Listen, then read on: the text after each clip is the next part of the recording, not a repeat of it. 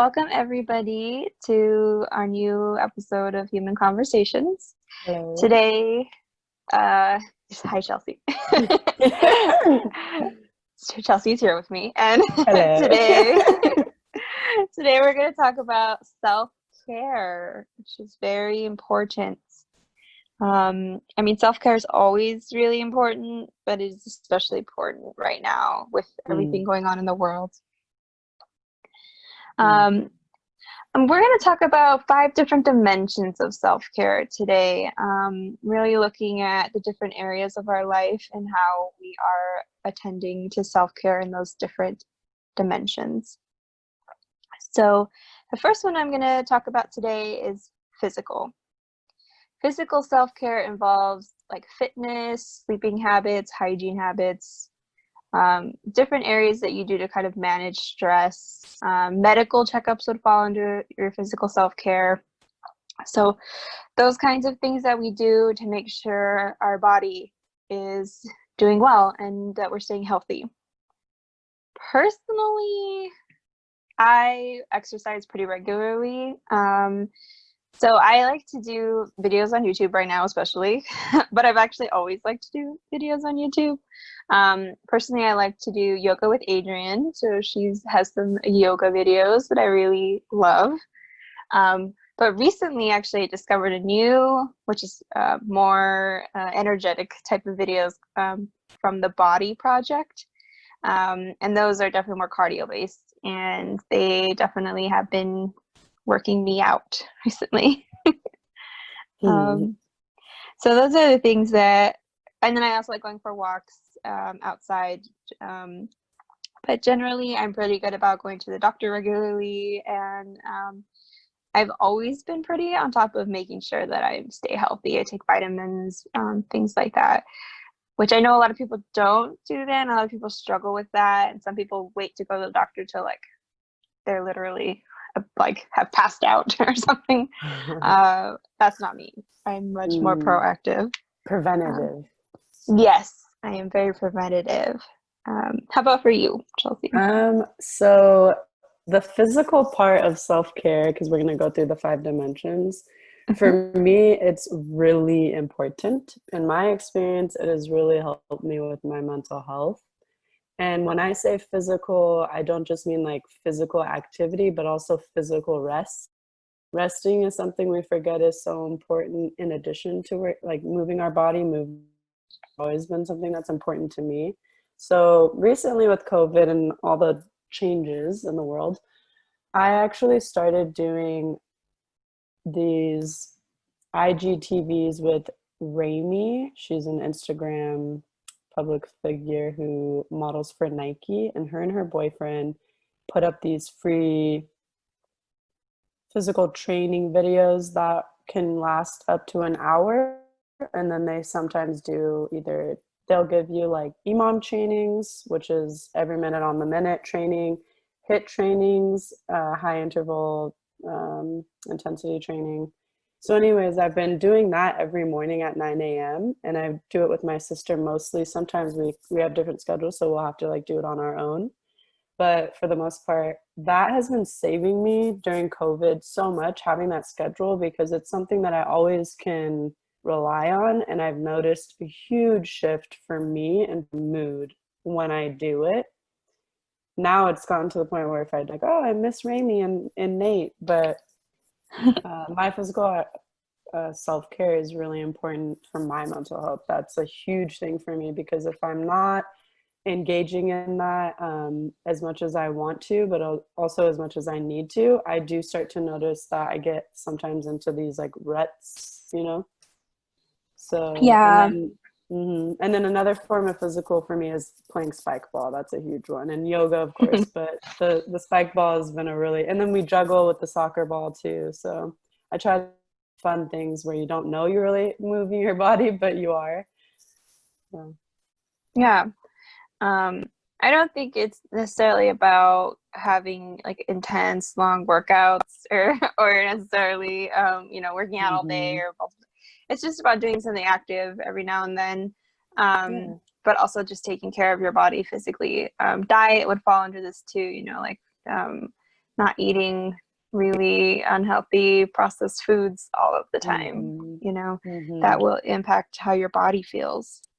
Yes, a lot of people don't realize when you are wanting to make a change in your life, it's good to really look at those physical things that you're doing for your body. And like Melanie has said, you know, what do you put into your body? Are you putting things that are going to actually help your mood? Or are they going to help your energy level?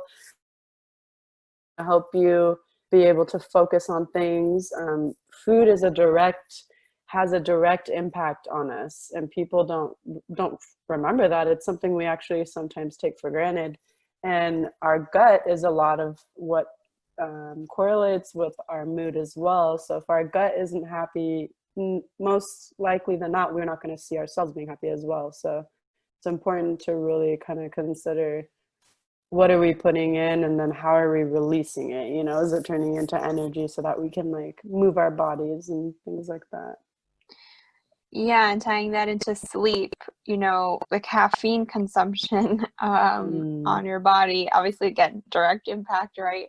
And if you're having trouble sleeping, sometimes people aren't mindful about like how much caffeine they're actually consuming, because sometimes caffeine's hidden in things as well. Oh yeah, like Um, chocolate. I love yeah. chocolate. Dark chocolate. Right. So yeah, so it's just good to be mindful on our physical front, like, you know, how we're doing some self-care in that, and maybe we need to take a little more time and look at what are we doing in that area if we're not, you know, Hmm. attending to it. Yeah, and if you uh, haven't had a medical checkup, like Melanie said, that's always right. good to make sure you just stay on top of. Doesn't mean you need to go like 5 times a year, but if you can go a year and really just do that physical checkup, you're going to see how much you just feel better about yourself too, because it's a ritual that you do to take care of yourself Yeah, physically. once a year is really I think what they recommend, just getting a physical every Hmm. year. So Hmm. yeah, so then we'll move on to the next dimension, which is intellectual. So intellectual self-care involves your personal growth, continuing like pursuits of maybe learning and education, engaging in new things, new activities, learning new hobbies. Um, Practicing mindfulness can fall under this, and really like attuning to your mindset. Hopefully, having a positive mindset or coming from that perspective. And when I love that you say mindfulness practices, and rather than, because I think sometimes people get confused, and I even in the beginning was confused with this. The difference between Mhm. mindful practices, and meditation, or just mindfulness in general. So, um, really being focused on what you're doing now in the moment, in the present moment. So it could be anything you're doing to help yourself, but it's being present with that. Right. Um, I think for my intellectual self-care, I mean, I am constantly learning. That's, I think, part of my profession. Um, I feel like I probably learn literally something new every day from my Mm. interaction with clients, probably Mm-hmm. multiple things a day. Just because I'm learning from so many people, you know, they're sharing so much information with me. Um, and everybody has special skills and knowledge, right, that I just don't have. And so I get to learn all these things from my clients, which I really value that actually about my job, that I get to learn about all these different like things that sometimes they're random things, but but I still think it's really cool that we get to learn so many like different things from different people. Mm-hmm. So I feel like I'm always attending to that. But besides that, I mean, I think in general as a person, I'm always I strive. I mean, I lean towards education. That's something that I like is kind of a grounding thing for me. I like learning new things. Um, yeah, so I feel like I'm Mm-hmm. always doing something to learn new things. Like currently, I'm reading up on like horticultural therapy, nature therapy, and like I imagine that something else will then, you know, in the future I'll be interested in something else and be educating myself on that as well. Yeah. For me, I'd say, besides being in a doctoral program and having done a master's program and blah, blah, blah, I actually have I've always been interested in and not necessarily politics itself, but what's going on around the world. And one of the biggest things that I really love to learn about is different cultures. That's really important to me because coming from a family where there's completely different worlds, my mom and dad are from two different worlds. Um, that's just always been something that I've really craved. I've always wanted to know more about other cultures and been very open to receiving that information, whether it's, you know, in a book or whether it's a friend, a person telling me, like you said, like with your clients. Mm-hmm. So a big thing recently that I have gotten into, which I never thought I would, is actually diving more into politics and not the nitty gritty of politics, but more of the laws and Mm-hmm. the bills that are being passed and not passed, or all of the, you know, obviously what's going on in the world. But I've just kind of focused more on really what the law says and less about how people are trying to ruin that. You know, obviously that part is just horrible, and I try not to focus on, because that's not something that's going to feed me. I think Mm-hmm. what really helps feed my intellect is understanding, well, where is it coming from? What's the actual basis of this law? Like, what does it actually say? And then stemming out from there. So just really learning sort of like that history of where things come from and then working my way to now, you know? So that's kind of how lately I've been intellectually stimulating myself. And then on top of that, just studying for the licensing exam. That's been another thing that's been really nice because it's just a refresher of everything that I really love and enjoy.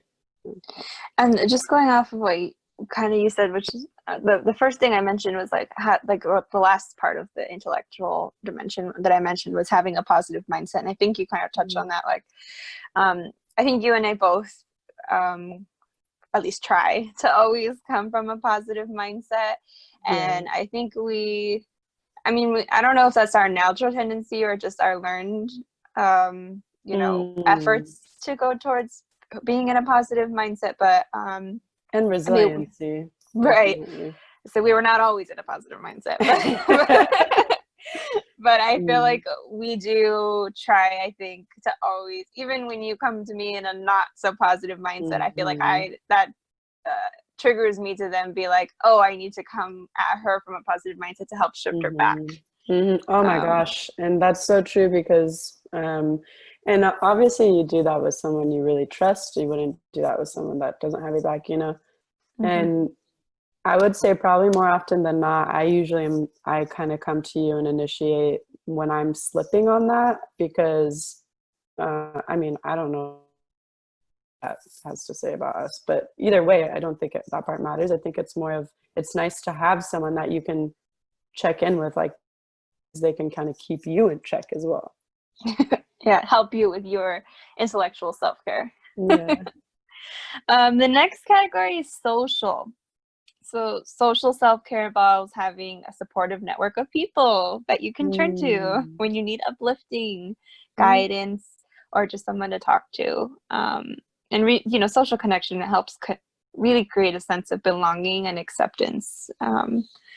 So, I definitely feel like I have such an awesome network of supportive people in my life. I'm very grateful. Yeah. For me too, so this one is really important for me because I tend to come from a place of, one of the things that I've worked on is not comparing myself to other people as much. And I think sometimes if you have too much of, because like you want to make sure that these things can ebbs and flows of all these different types of self-care. And I think with social, sometimes it can be easy to engage only in this one and forget about the other ones.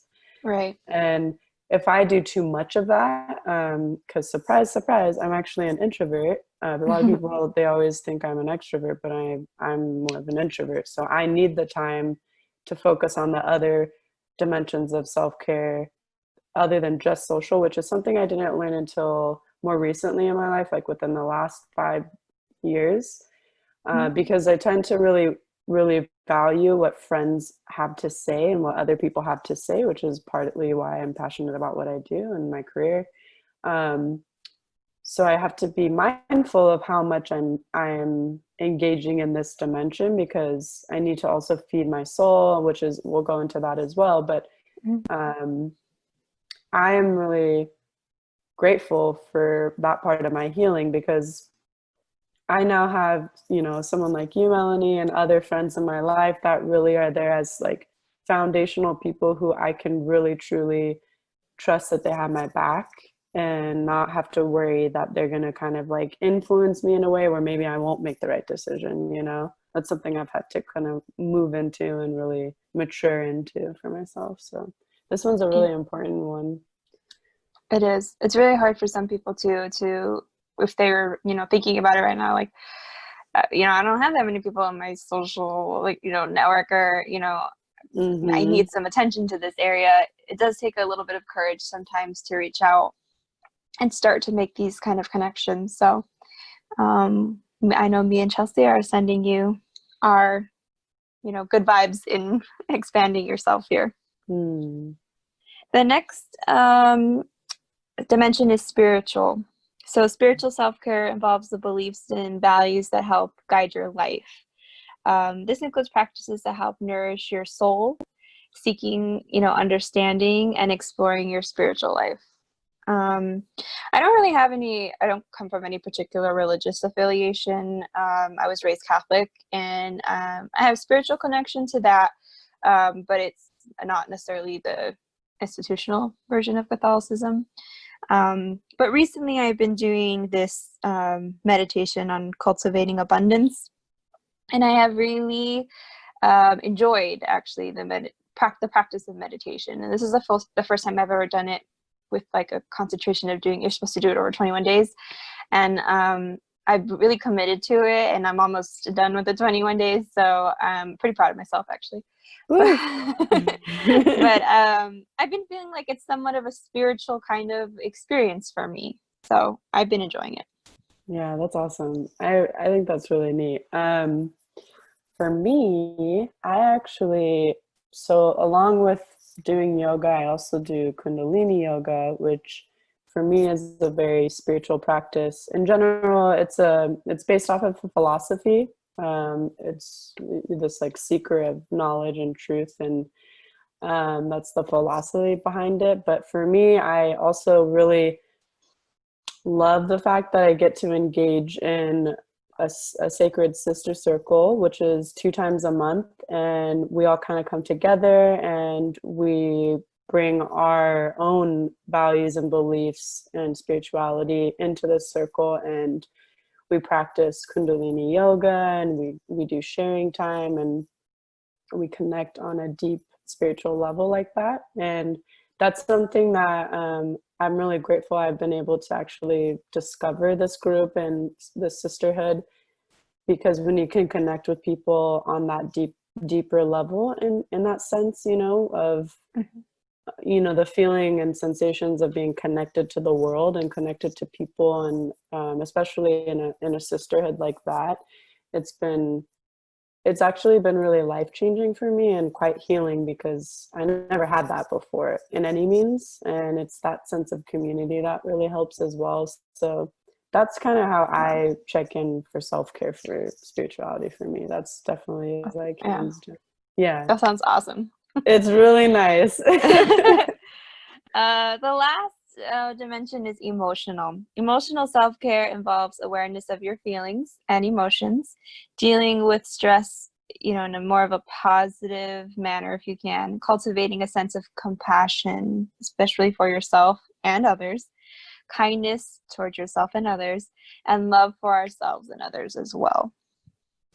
I think for me, I mean, maybe probably because I'm in the mental health field, but I'm constantly checking in with how I am feeling emotionally. Hmm. But ever since I was little, I will say I'm pretty self-aware of what's going on for me internally. It's just, I think, my nature to just be very introspective. So I think I'm always checking in on this, and I guess how I tend to this is if when I notice I start feeling off or anything, I'll go and Yeah. do a coping skill that I know works for me. So sometimes going towards the physical actually helps my mental, like you were saying at the beginning. So I'm just always being mindful, and then I always try to create a sense of compassion for myself, that I'm just human and I'm doing the best that I can. Yeah, that's nice. I like that compassion piece. For me, so this one is a little bit more difficult for me just because I've mentioned this before, but in my family, emotional regulation and emotions in general have had this underlying negative connotation. And so for me, I've really had to develop this awareness and skill on my own. I'm still cultivating and creating kind of more authentic meanings of this emotional self-care for me and how to take care of that part of me. And by doing so, like the way I do that is actually personal therapy. That's a huge portion of what therapy for me has really helped with. And actually increasing my self-esteem, increasing my self-worth, increasing my confidence. I'm a lot more on top of, I don't doubt myself as much anymore. So that's really helped. And then through that, I've actually been doing emotional. So there's these mixed emotion cards that I'll do because my tendency is not to, I fear labeling what emotions that are coming up for me that are a little bit more deep and difficult because I actually just recently learned this in therapy that it's because it's easier because then I don't have to worry about what it is. It's kind of like another way to avoid in a sense. So, yeah, I use these cards when I'm not in therapy and I'm outside of therapy and I engage with, all these different types of emotions and it just gives you a whole bunch of ones. And then even on the card, like if it says sad, it'll have, alternative synonyms as well. And it comes with a picture. So you can really, with different colors and everything, so you can really feel into that emotion and to better understand yourself. And that really helps me as visual and tangible as it is. It really does help guide me because emotions are a beautiful thing and they really do have to be tended to. So I've found that rituals, having personal rituals are also really helpful for me with emotions. So, if you're wanting to release something or let go of something or move on, having physical rituals to help those emotions can really help guide you through moving through those emotions. So breathing helps. So like a mindfulness practice, like a ritual for that, a breathing ritual. Listening to music as a form of expressing that emotion. I've also done a ritual where I will walk around a lake and then I have like flowers in my hand and I'll release each flower like wherever I want to put it or however I want to honor where I want to put it. And I have a certain amount of flowers to kind of signify for whatever it is I'm releasing. So I could have like 3 things I want to let go of or whatever. So just little rituals like that. I think that for me has been really helpful to honor my emotions. Yeah, I think people can find different ways of attending to this dimension. And I agree, like sometimes personal therapy is a good option for many people who struggle with even like having awesome ideas like you just gave, right? Like, some of these ideas are hard to just come up on your own. So, yeah, like that's, hopefully everybody will think about these 5 dimensions and attend to the ones that maybe need a little more attention to, feel more whole within yourself and, kind of live your life in more of a healthy, holistic way. Yeah, and remember, as we're kind of moving through this social movement and, everything going on with COVID and everything, remember that it can be really helpful to make a schedule of when you might want to engage throughout the week with these 5 different dimensions of self-care. Put it into your schedule, even if you don't necessarily get to it. At least it's there to remind you in your phone, on a calendar, wherever is most comfortable for you. Because then you're going to be able to show up in the best kind of version of yourself as possible when we are having these difficult conversations and holding space for such important topics. So that's why we wanted to talk about this as well, because there's a lot going on, and self-care is very important to continue the movement towards these social movements and all the things going on in the world. Awesome. Beautifully said, Chelze. Thank you. All right. Okay. Well, thank you everybody for listening, and we'll, reach out to us. Let us know your thoughts and feedback, and continue with your self-care. Yes. Take care. Bye.